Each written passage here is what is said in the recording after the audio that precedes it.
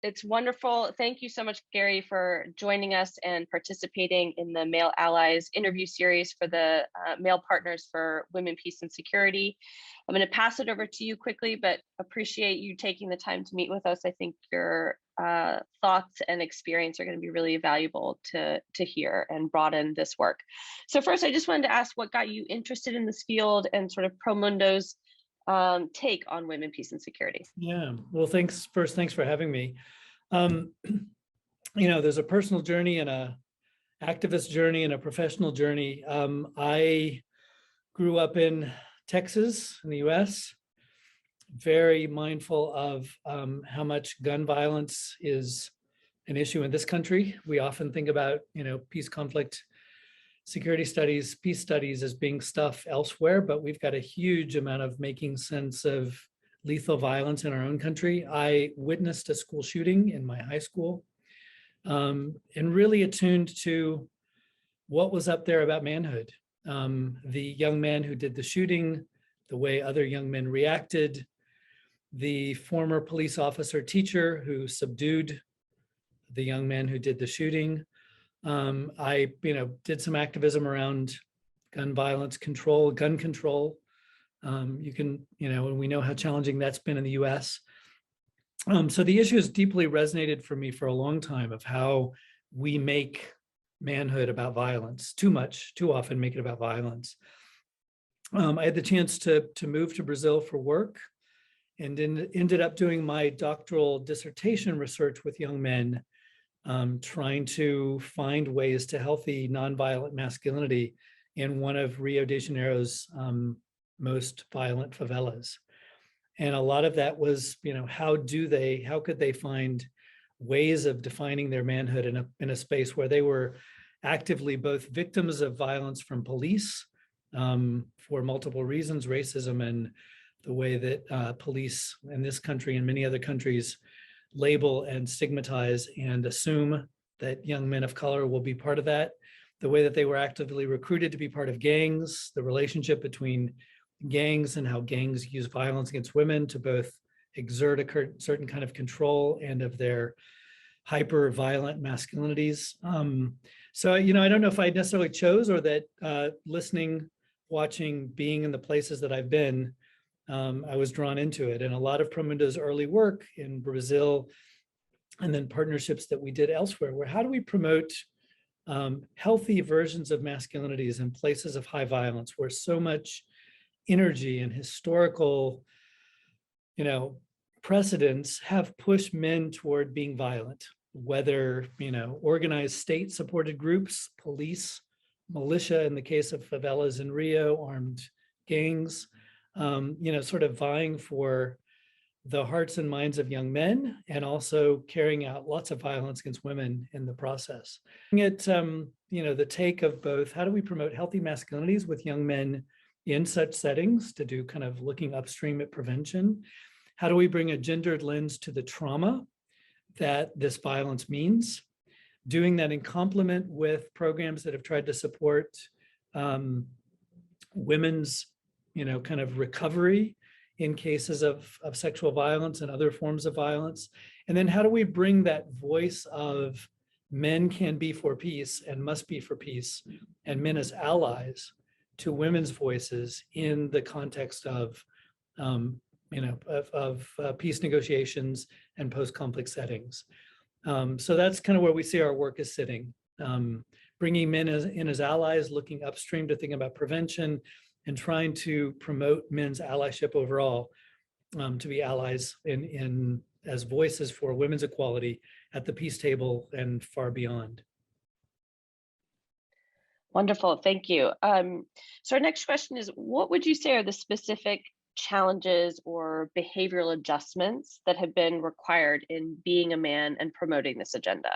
Yeah, a key part is is women's participation in general, of engaging men, particularly in leadership, and that leadership can be the informal stuff that happens as organizers of community groups or community groups that are armed, to members of parliament and the ambassador corps, that men need to accept, embrace, and make possible women's full equality in terms of leadership. So, helping men make the leap that just because we're born male, we're not in charge, and how to, not only say, yes, I believe in it in the abstract, but to get them to call out others who make a sexist joke, who set a meeting at a time in a day where women may be expected to leave before the men do to take care of duties at home, to even question that division that women do the work at home and men do the other stuff. To think about how we're doing the recruitment of who is at the table and who gets promoted in a given political party to represent them. And also, I would say another piece is to take seriously women's reports of violence, whether it's harassment or the kinds of, more severe forms of sexual violence that we know happen in conflict and far beyond. And how not to see, well, that's a woman's issue, but to say, no, men have something to do here. We need you to be active allies in this, supporting the resources, supporting the political space for survivors, finding ways that we're part of, kind of being actively involved bystanders who call out the harm that we see. And then there's a set of indicators we need from men at the community level. We pay a lot of attention to sexual violence and other forms of violence that happen during conflict. We need to look at, the ongoing impacts afterwards. Displaced, out of work, traumatized men are often men who are more prone to use certain forms of violence against partners, children, those around them, themselves. Having a lens on that to say, it's not as if sexual violence only happens during conflict, or violence against women of multiple forms happens only during conflict. The kind of conditions that bring about conflict are stressors that drive men's violence against women. They typically continue years after a conflict. We've got to be attuned to those issues in the long term. So we also want to see changes in men's attitudes about the acceptability of violence against women. And we want to see measures that we can actually reduce it. We have developed some interventions and tested them in Rwanda, in the Balkans, in parts of Latin America, including conflict-affected parts of Latin America, and been able to see measures, being able to use measures that we've seen changes in men's reported use of violence and women reporting reductions in use of violence. Great, thank you. And speaking about, bringing up the next generation of male allies, like how can you bring up that next generation, and how can they really, you've touched base on this, but how can they really support women, peace, and security in advancing this agenda? Yeah, I think having done work, whether in Eastern DRC, work with young men in favelas in Rio, work with partners in Colombia in communities affected by the decades-long conflict there, young men in Afghanistan as well before this round of Taliban rule. I think there's a lot of young men who are scarred by, affected by, traumatized by the violence they've seen, witnessed. It's happened in their home, it's happened as part of conflict, and are, kind of awaiting language, opportunities, possibilities of vocabulary to talk about we can be different. And, I think desirous of being part of the change. It'll only happen, though, it's not, a handful of such young men who can do it by themselves. It becomes really important that allies, duty bearers, whether that's UN agencies, INGOs, local NGOs, local leaders, can provide a space to say, the men of country X, we are not inherently part of war and conflict. And that's probably a generation's worth of work to engage, young men coming out of, affected by their childhood, shaped by conflict, to say, this is not who we have to be.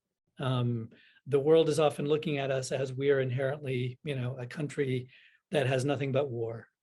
And I've, had some amazing opportunities working with young men who want to be peace activists in Afghanistan, and the same in the, the former Yugoslavia, some less than 7 years coming out of their conflict, of young men who, desirous of, I want to be something different. I'm angry about, I'm disappointed in, but they feel fearful of even being able to say that. Because the elders around will say, you can't say that about, because often the men who carried the weight and the weapons are still around. They may have shifted around their hats. They may have gone from, the gun to a business suit, but they're often there. And so I think we don't have to convince them.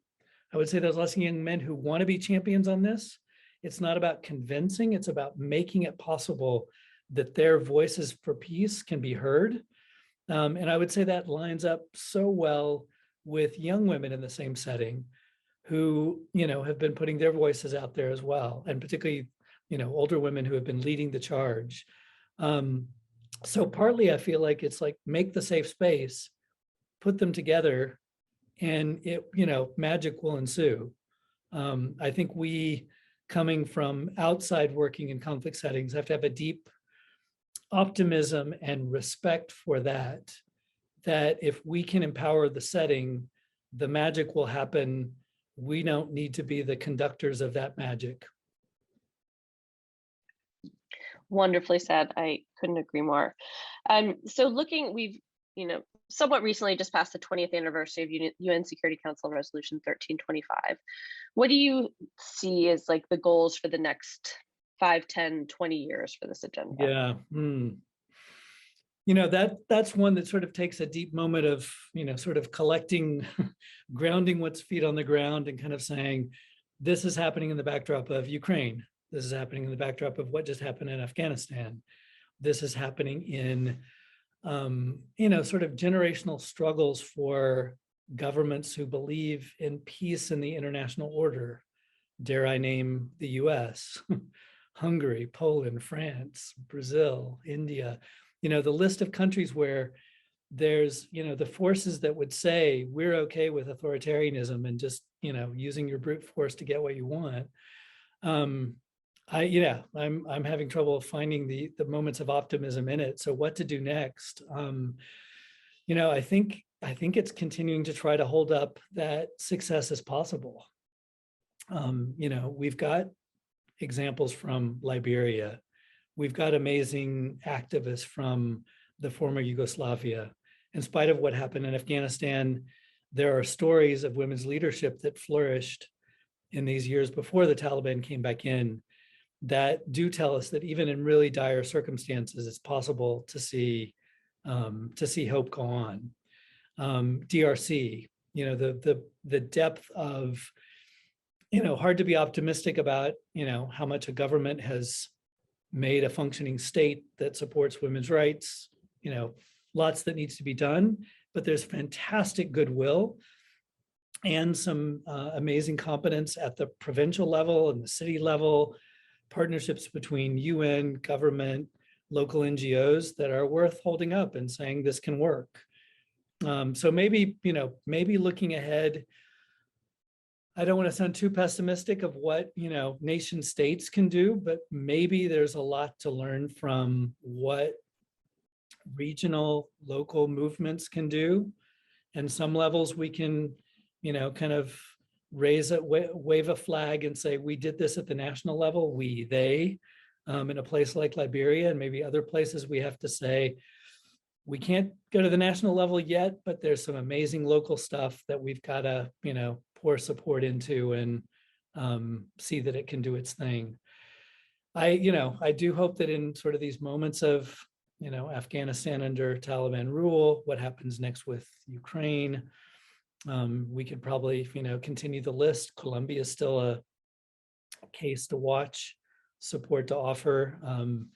I think a lot of Colombian allies would say they're not quite ready to say they can call it a complete success story, but there is a lot to be said there too. So yeah, I suppose to keep our, we can only achieve change if we've got some degree of optimism here.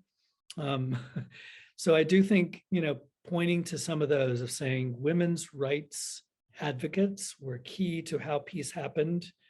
Liberia, Colombia for sure. How peace was trying to happen in Afghanistan. Let's build on those.